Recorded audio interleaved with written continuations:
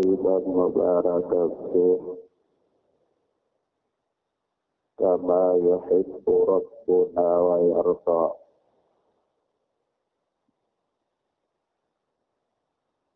Asyhadu an la ilaha illallah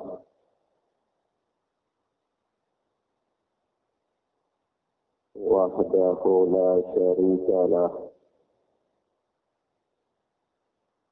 wa asyhadu anna Muhammadan abduhu wa rasuluh sallallahu alaihi wa ala alihi wa ashabihi wa man tabi'ahum bi ihsani ila yaumiddin. Amma ba'd, ikhwan wa akhawat, a'azzani Allah wa iyyakum, yang mudah-mudahan dimuliakan oleh Allah Tabaraka wa ta'ala.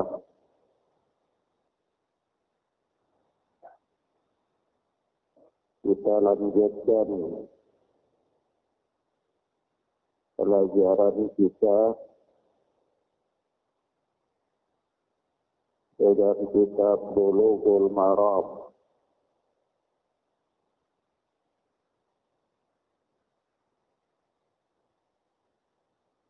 Kita masih berada pada Kitabul Jihad.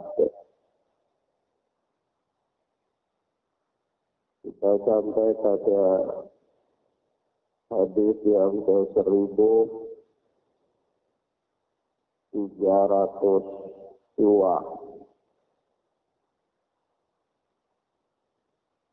Yani berkata Al-Hafidh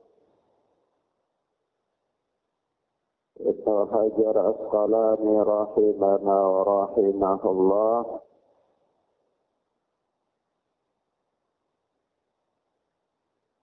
wa an Abdullah bin Amr radhiyallahu anhuma qala,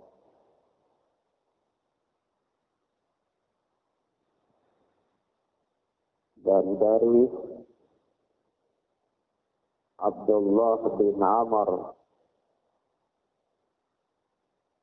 yang Allah telah meridainya,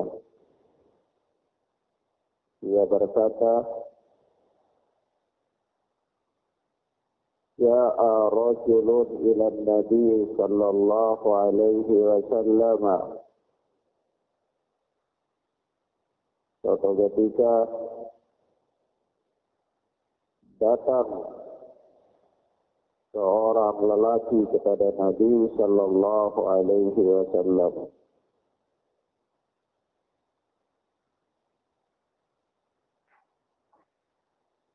Yasta'dinu fil jihad. Dia meminta izin kepada Rasulullah sallallahu alaihi wasallam untuk berjihad.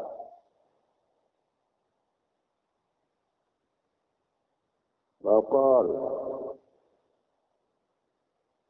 maka Nabi sallallahu alaihi wasallam bersabda, ahayyun walidak, apakah orang tuamu? Ya, kedua, orang tuamu masih hidup? Qala na'am. Dia menjawab, iya. Walidak, ahayyun walidak, apakah kedua orang tuamu masih hidup? Qala na'am. Dia menjawab, Ya, benar keduanya masih hidup. Qal, maka Nabi sallallahu alaihi wasallam bersabda, membimbing orang ini, kata beliau, fafihima fajahid, maka pada keduanya yakni berbuat baik kepada kedua ibu bapakmu itu, fajahid, berjihadlah, yakni berjihadlah dalam berbuat baik kepada kedua ibu bapakmu tersebut. Tafaqun alaih, kata Al-Hafidh, hadis ini dikeluarkan oleh Al-Imam Bukhari dan Muslim dalam Sahih keduanya. Nah, wali Ahmad wa Abi Dawud min hadis Abi Sa'id radhiyallahu anhu nahuhu. Dan kata Al-Hafidh,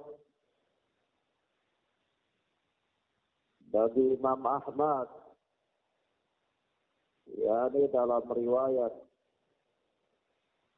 Imam Ahmad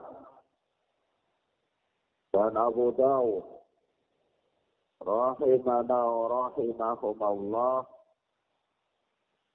min hadis Abi Sa'id, dari hadis Abu Sa'id nahuhu,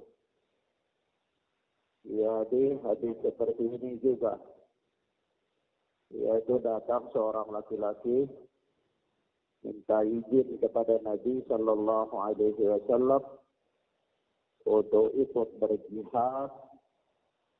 Lalu Nabi tanyakan kepadanya tentang kedua orang tuanya dan masih hidup. Wajada, dan di dalam riwayat tersebut ada tambahan. Riwayat Abu Sa'id Al-Khudri itu ada tambahan. Jadi ada tambahan lafaz di mana Nabi sallallahu alaihi wasallam bersabda kepadanya, irji' fasta'dinhuma fa in adina lak wa illa fabirrahuma. Itu kembalilah, jadi pulanglah engkau,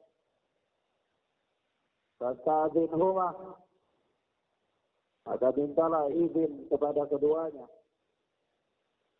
minta izin kepada ibu bapakmu. Fa in adina lak, kalau mereka berdua mengizinkan engkau, boleh berangkat berjihad. Wa illa, jika tidak, fabirrahuma, maka berbuat baiklah, berbaktilah kepada mereka berdua. Nah, riwayat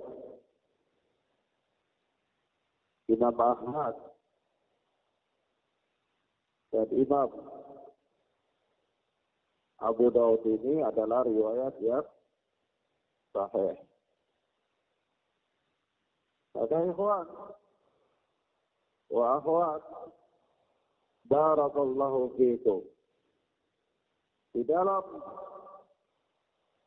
dua hadis yang mulia ini, yaitu hadis Abdullah bin Amr dan hadis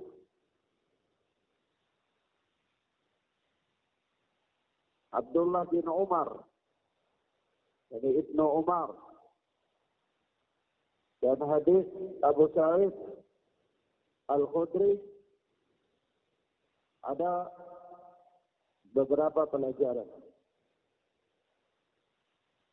Pelajaran yang pertama, bahwa hadis-hadis ini menunjukkan kepada kita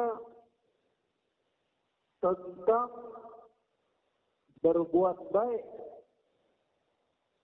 kepada kedua orang tua adalah wajib ain, fardu ain. Setiap individu kaum muslimin dia wajib untuk birrul walidain, berbuat baik kepada kedua orang tuanya. Dan di antara kewajiban atau aplikasi dari berbuat baik kepada kedua orang tua adalah menaati mereka dalam perkara-perkara yang bukan bermaksiat kepada Allah Tabaraka wa Ta'ala. Dan kedudukannya adalah wajib. Kedudukannya adalah wajib. Sebagaimana Allah Tabaraka wa Ta'ala berfirman dalam surat Al-Isra, wa qada rabbuka alla ta'budu illa iyyahu wa bil walidayni ihsana. Dan Rabbmu telah memerintahkan kepadamu, Allah Tabaraka wa Ta'ala telah memerintahkan kepadamu agar supaya janganlah engkau menyembah, alla ta'budu illa iyyahu, janganlah engkau menyembah kecuali kepada Allah Tabaraka wa Ta'ala semata.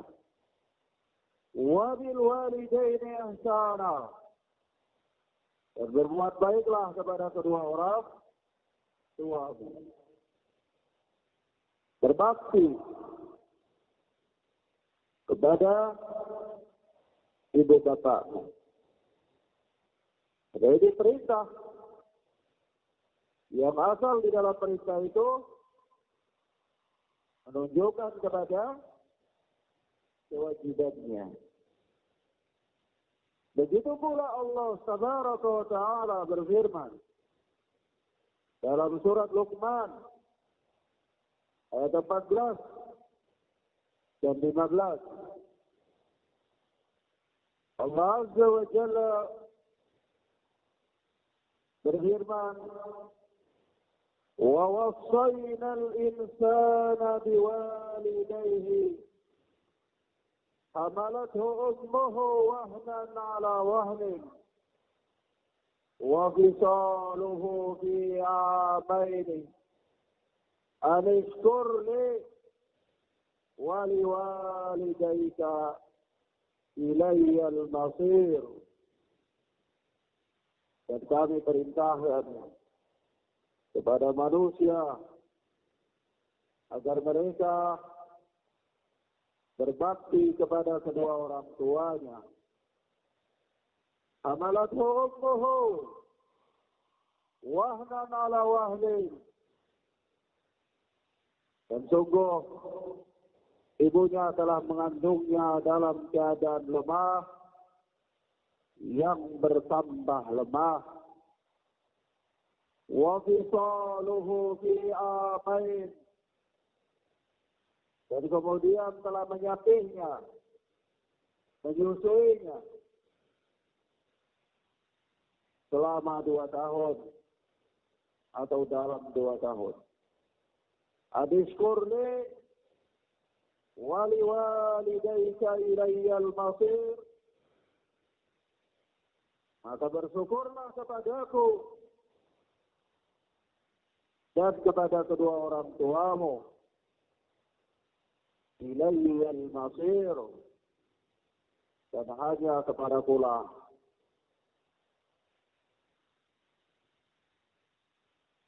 engkau kembali. Naam. Perhatikan dalam ayat ini Allah Subhanahu wa ta'ala memerintahkan kepada manusia agar mereka berbuat baik, berbakti kepada ibu bapaknya dan berterima kasih kepada mereka. Di antara sebab-sebabnya karena kesusahan, penderitaan, beban hidup yang mereka tanggung, mereka jalani dalam mendidik, membimbing dan menafkahi anak-anak. Dan Allah Tabaraka wa Ta'ala berfirman, wa in jahadaka ala an tusyrika bi ma laysa laka bihi ilmun fala tuti'huma wa sahibhuma fid dunya ma'rufa. Dan jika keduanya, yaitu kedua ibu bapamu memaksa engkau ala tusyrika bi, untuk mempersekutukan aku, ma laysa laka bihi ilmun, dengan sesuatu yang engkau tidak mempunyai ilmu tentang, fala tuti'huma, maka janganlah taat kepada mereka berdua. Kalau kedua orang tuamu itu memaksa engkau untuk berbuat maksiat kepada Allah, dalam hal ini adalah berbuat syirik kepada Allah, maka janganlah taati mereka. Jangan menaati mereka. Artinya kewajiban menaati kedua orang tua itu berada di bawah kewajiban menaati Allah. Sehingga kalau perintah orang tua bertentangan dengan perintah Allah, maka perintah mereka tidak wajib untuk ditaati. Tidak boleh ditaati. Wa sahibhuma fid dunya ma'rufa, dan bergaulilah keduanya di dunia dengan baik. Jadi perintahnya yang buruk itu yang tidak boleh ditaati, tapi tetap dalam urusan-urusan lain bergaul dengan mereka dengan baik. Jangan karena dia punya kemaksiatan lalu menyebabkan engkau mendurhakainya atau mencabut ketaatanmu atau membuat engkau berlaku kasar atau durhaka kepada mereka. Cukup tidak menaatinya dalam hal yang bermaksiat. Tapi dalam hal-hal yang lain, tetap bergaul dengan mereka, bergauli mereka, bermuamalah dengan mereka, dengan muamalah yang baik. Begitulah kata Allah Subhanahu wa ta'ala. Wattabi' sabila man anaba ilayya. Man anaba ilayya. Dan ikutilah jalan orang yang kembali kepadaku. Tsumma ilayya marji'ukum. Fa'unabbi'ukum bima kuntum ta'malun. Kemudian hanya kepadakulah tempat kembalimu, maka aku akan beritahukan kepadamu apa yang telah engkau kerjakan ketika engkau di dunia. Maka ayat ini juga adalah di antara ayat-ayat yang menerangkan kepada kita tentang kewajiban birrul walidain, kewajiban berbakti kepada kedua orang tua. Nah, Begitu pun datang dalam hadis-hadis yang lain. Sangat banyak sekali nas-nas yang berbicara tentang kewajiban birrul walidain. Di antaranya hadis yang dikeluarkan oleh Imam Bukhari dan Muslim dari sahabat Ibnu Mas'ud radhiyallahu taala anhu, ketika dia bertanya kepada Rasulullah sallallahu alaihi wasallam tentang amalan yang paling disukai oleh Allah, amalan yang paling dicintai oleh Allah tabaraka wa taala. Kata apa kata Rasulullah? Kata beliau, as-salatu ala waqtiha, yaitu salat pada waktunya. Qultu tsumma, kemudian Ibnu Mas'ud berkata, apalagi ya Rasulullah? Qala birrul walidain. Rasulullah sallallahu alaihi wasallam menjawab, yaitu berbakti kepada kedua orang tua. Qultu tsumma, Ibnu Mas'ud berkata lagi, kemudian apa lagi wahai Rasulullah?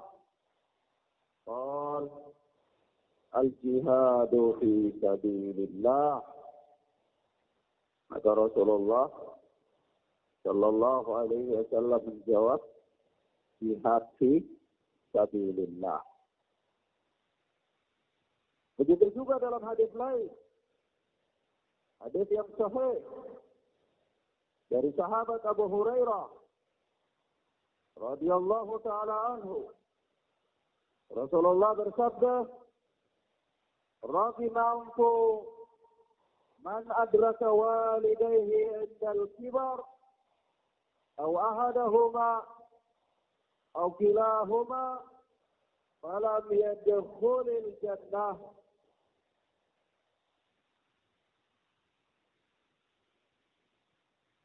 Rugilah man adraka walidayhi indal kibar, orang yang berjumpa dengan kedua orang tuanya ketika mereka telah tua. Aw ahadahuma aw kilahuma,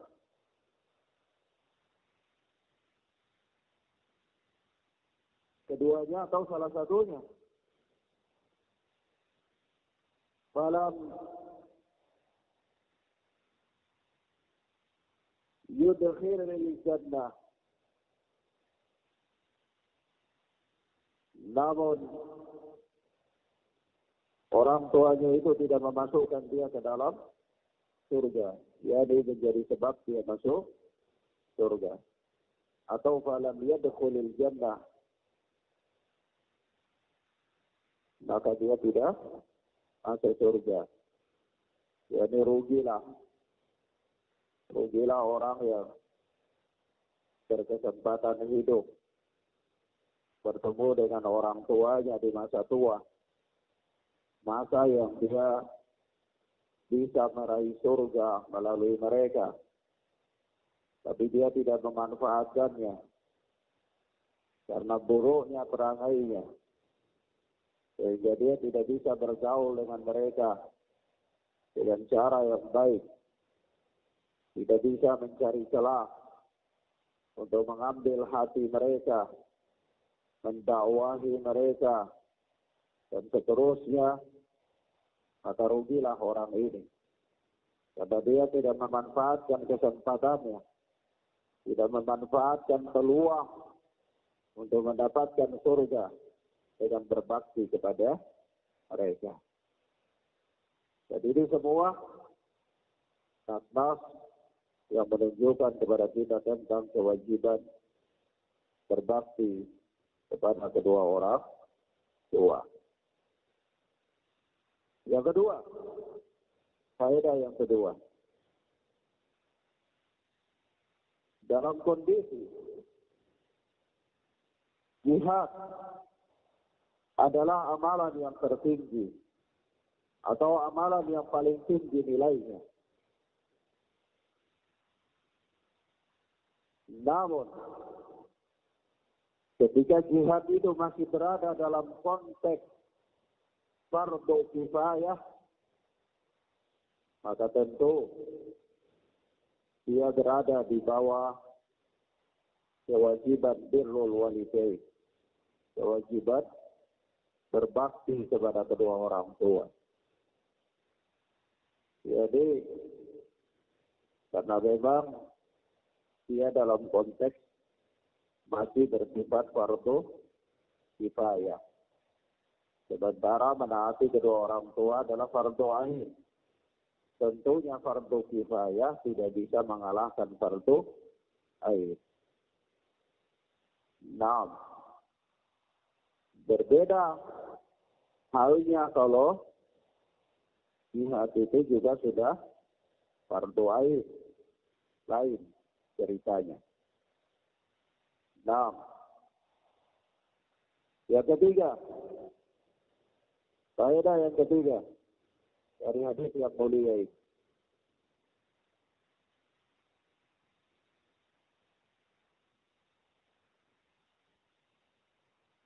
Hadis-hadis ini juga menunjukkan kepada kita tentang wajib meminta izin kepada kedua orang tua ketika akan terlibat sebagai pasukan yang hendak berjihad. Kewajiban meminta izin kepada kedua orang tua ketika akan tergabung dalam pasukan untuk berjihad. Hal ini ketika jihad dalam konteks fardu kifayah. Nah, artinya kalau jihad itu dalam konteksnya dia masih fardu kifayah, maka tidak boleh berangkat kecuali harus kantongi izin dari kedua orang tua. Tapi kalau jihadnya sudah berubah, kondisinya menjadi fardu ain, maka ini tidak ada kewajiban untuk meminta izin kepada kedua orang tua. Nah,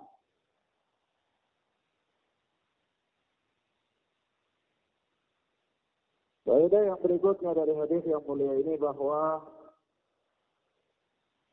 hadis ini menunjukkan tentang kewajiban memberi nasihat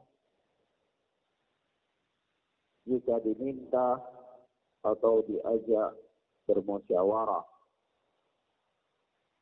Seorang ketika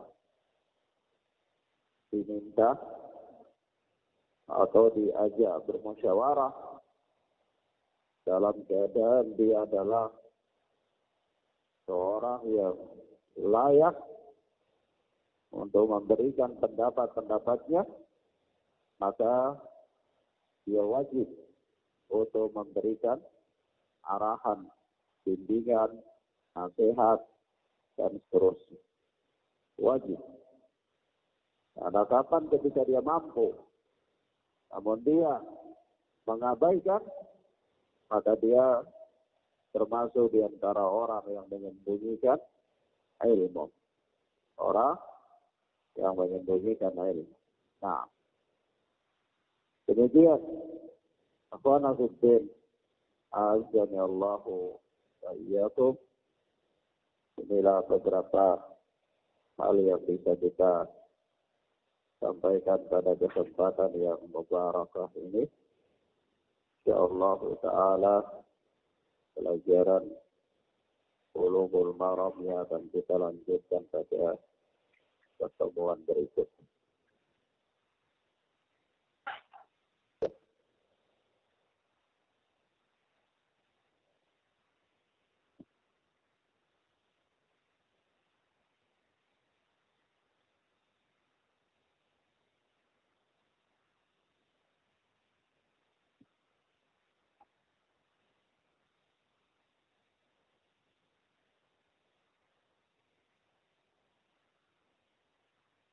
kita sampai pada surat Ali Imran. Surat Ali Imran ayat 75. Nah.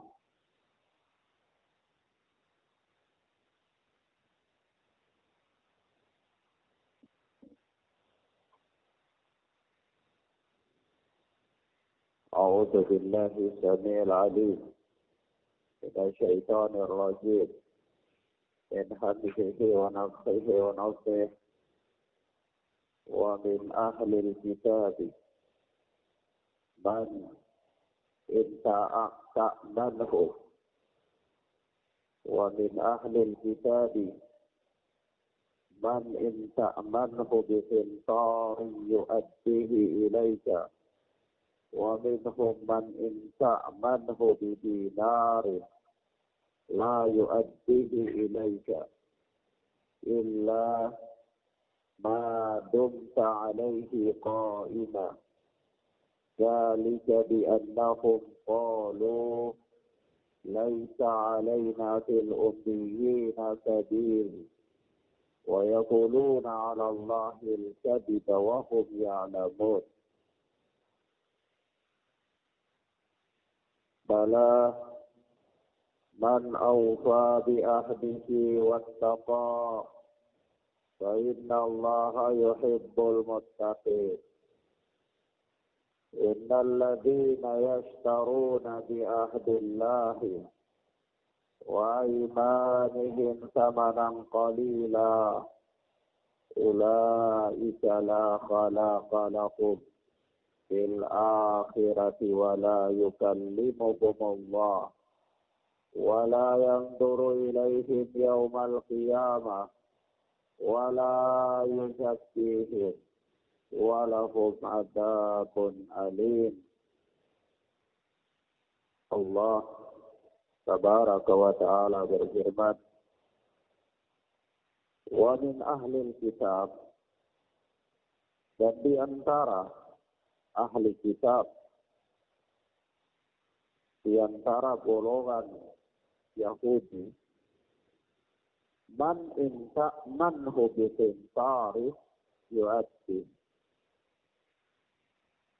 Ada orang-orang yang bisa engkau percayakan kepadanya harta yang banyak, niscaya dia mengembalikannya kepadamu. Yu'addihi ilaika. Wa minhum, tetapi ada pula di antara mereka man in ta'manhu bi dinarin la yu'addihi ilaika. Ada orang-orang yang jika engkau percayakan kepada mereka 1 dinar, la yu'addihi ilaika, dia tidak akan mengembalikannya kepadamu. Illa ma dumta alaihi qa'ima, kecuali jika engkau selalu menagihnya. Dzalika bi annahum qalu, yang demikian itu disebabkan karena mereka berkata, laisa alaina fil ummiyina sabil wa yaquluna 'ala Allahi al-kadhib wa hum ya'lamun.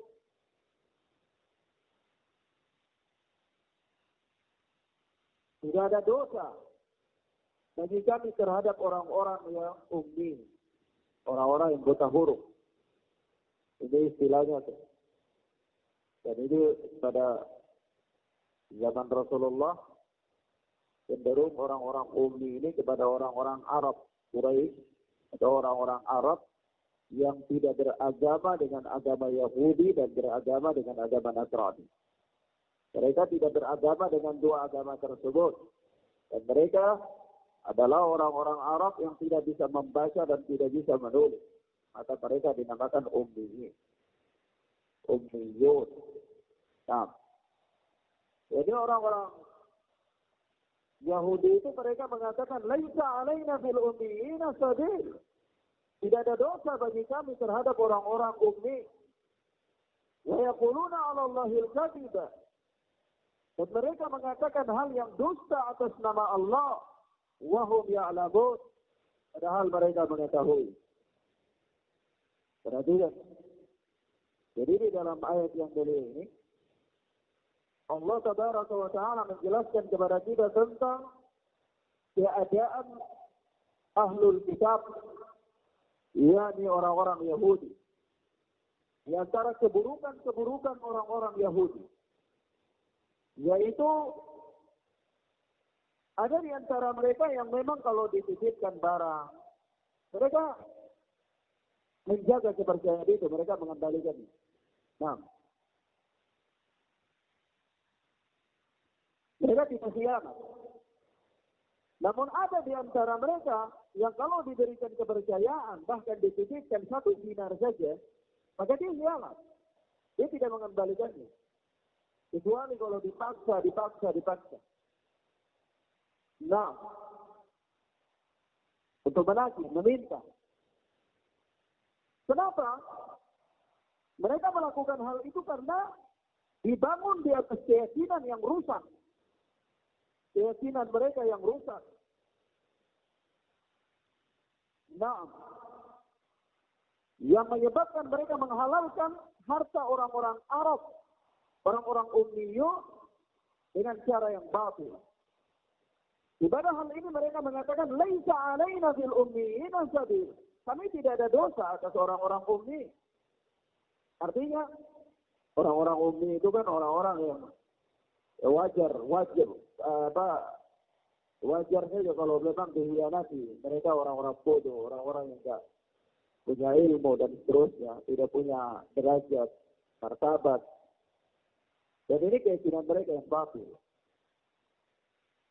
Dan memang orang-orang Yahudi itu berkeyakinan bahwa seluruh bangsa-bangsa di luar daripada Yahudi itu adalah bangsa-bangsa yang hina, yang diciptakan sebagai tumbal saja untuk orang-orang Yahudi. Ini keyakinan yang rusak. Jadi mereka bisa merampas hak orang lain di luar daripada orang-orang Yahudi, karena dia anggap itu tidak berdosa. Dan subhanallah, berapa banyak dari kelompok-kelompok yang sesat, mereka juga menganut paham ini. Mereka menganut paham yang batil ini. Nah, yaitu di mana seperti kelompok LDII atau Islam Jamaah, itu kalau orang anggota kelompoknya itu dia menghalalkan untuk mencuri barang orang di luar daripada kelompok. Diambil saja. Karena dianggap halal. Orang-orang yang di luar daripada kelompoknya itu barang-barangnya adalah halal untuk diambil. Subhanallah. Dan banyak kelompok-kelompok sesat berjalan di atas jalan ini. Kemudian, sungguh ini adalah sebuah kedustaan atas nama Allah. Sebuah kebohongan. Maka Allah Tabaraka wa Ta'ala berfirman, Bala man awfa bi ahdihi wattaqa fa innallaha yuhibbul muttaqin. Sebenarnya barang siapa menepati janji dan bertakwa, maka sesungguhnya Allah mencintai orang-orang yang bertakwa.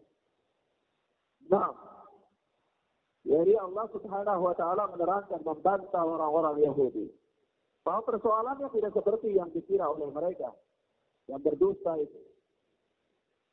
Orang yang bertakwa dengan sebenarnya ialah orang yang memenuhi janji yang sudah diadakan oleh Allah padanya, berupa melaksanakan amanah, beriman kepada Allah dan Rasul-Rasulnya, serta berpegang teguh dengan petunjuk dan ajaran syariatnya, dan takut kepada Allah, lalu menjalankan perintahnya, dan berhenti dari apa-apa yang dilarang oleh Allah. Itulah yang diperintahkan oleh Allah Subhanahu wa Ta'ala. Jadi Allah Tabaraka wa ta'ala membantah kebohongan dan kedustaan orang-orang Yahudi tersebut.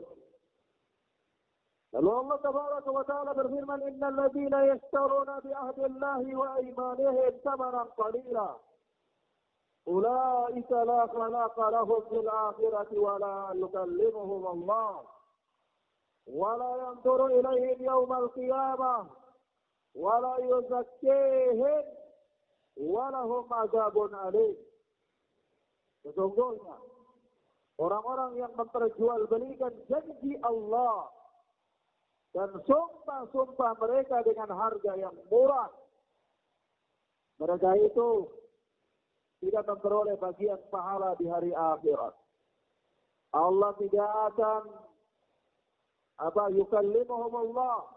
Allah tidak akan menyapa mereka, berbicara dengan mereka. Wala yanzuru ilaihim, dan Allah tidak akan melihat mereka pada hari kiamat. Wala yuzakkihim, dan Allah tidak mensucikan mereka. Walahum adzabun alim, bagi mereka azab Allah yang pedih. Azab Allah yang pedih. Nah, pada di sini di ayat yang mulia ini Allah Tabaraka wa ta'ala menerangkan bahwa sesungguhnya orang-orang yang menukar janji Allah dan pesan-pesan yang Allah Subhanahu wa ta'ala sampaikan di dalam kitab-kitab sucinya, yang Allah turunkan kepada nabi-nabi mereka, di mana mereka menukarnya dengan pamrih dan imbalan yang sepele dari kenikmatan duniawi. Mereka itu adalah orang-orang yang tidak memiliki bagian pahala di hari akhirat. Allah juga tidak akan berbicara dengan mereka dengan hal-hal yang menyenangkan mereka, dan tidak melihat kepada mereka pada hari kiamat dengan pandangan yang penuh dengan kasih sayang, serta tidak membersihkan mereka dari kotoran dosa-dosa dan kekafiran mereka, dan bagi mereka azab yang pedih, siksa Allah yang pedih. Artinya orang-orang yang melakukan perbuatan ini, Allah tidak akan melihat mereka di hari kiamat dengan pandangan kasih sayang, dengan penglihatan rahmah. Kenapa? Karena Allah Subhanahu wa ta'ala tidak membersihkan mereka dari dosa-dosa mereka. Dan Allah menyiapkan bagi mereka azab Allah. Allah Tabaraka wa ta'ala menyediakan bagi mereka azab Allah. Maka ya ikhwan wa akhwat, di dalam beberapa ayat yang mulia ini ada beberapa pelajaran penting. Berapa pelajaran penting? Yang pertama, jangan terdaya dan percaya kepada orang-orang Yahudi, sebab mereka sudah terkenal sebagai pengkhianat sejak dari dulu. Nah, yang kedua, orang-orang yang berani berbohong tentang Allah atau terhadap Allah, berarti dia jauh lebih berani berbohong kepada manusia. Jauh lebih berani berbohong kepada manusia. Subhanallah. Dan ini bahaya bagi ahlul bid'ah. Mereka tidak takut berdusta atas nama Allah dalam membuat syariat dari ibadatan yang tidak diajarkan oleh Allah. Mereka menisbatkan kepada Allah Subhanahu wa ta'ala. Nah, kepada Allah saja mereka berani berdusta. Maka tentu kepada manusia mereka lebih berani lagi. Nah, waliyadzubillah. Yang ketiga, faedah yang ketiga, penegasan tentang keyakinan orang-orang Yahudi bahwa semua manusia selain Yahudi adalah najis. Penegasan tentang keyakinan umat Yahudi bahwa semua manusia selain Yahudi adalah najis. Harta dan kehormatan orang lain halal bagi mereka. Halal bagi mereka. Ini menurut anggapan mereka. Masya Allah.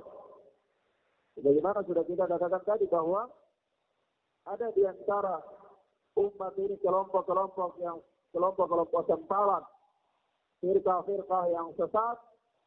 Mereka berjalan dengan keyakinannya kaum Yahudi.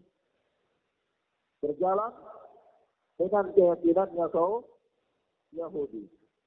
Nah, yang keempat, besar dosanya bagi orang yang mengkhianati janjinya demi keuntungan dunia. Jadi keuntungan dunia. Begitu pula orang yang bersumpah palsu demi mencari harta. Orang bersumpah palsu demi mencari harta. Nah, waliyadzubillah.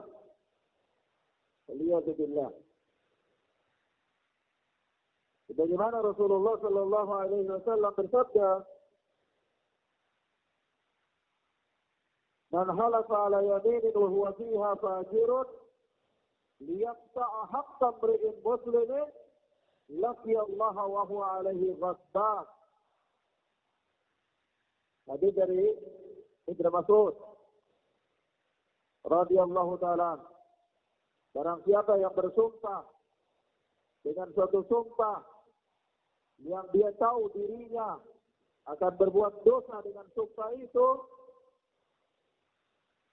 yang dia lakukan agar mengambil hak seorang muslim, maka dia akan bertemu dengan Allah dalam keadaan Allah murka kepadanya. Allah murka kepadanya. Jadi dia bersumpah itu hanya untuk mau dapat dunia, mau merampas hak orang lain. Begitu pula hadis yang diriwayatkan oleh Imam Ahmad. Hadis yang diriwayatkan oleh Imam Ahmad. Rasulullah bersabda, "Man iqtata'a haqqa imri'in muslimin bi yaminihi, faqad awjaba Allahu lahu an-nar wa harrama 'alaihi al-jannah." فقال له رجل وإن كان شيئا يسيرا يا رسول الله قال وإن كان قضيبا من عراق. Kata Rasulullah,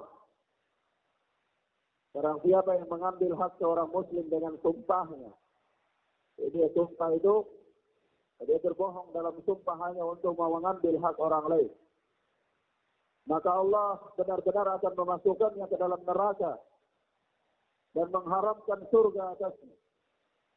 Maka ketika itu ada seseorang yang bertanya kepada Rasulullah, sekalipun hanya sedikit wahai Rasulullah, qala wa in kana qadiyan min araq.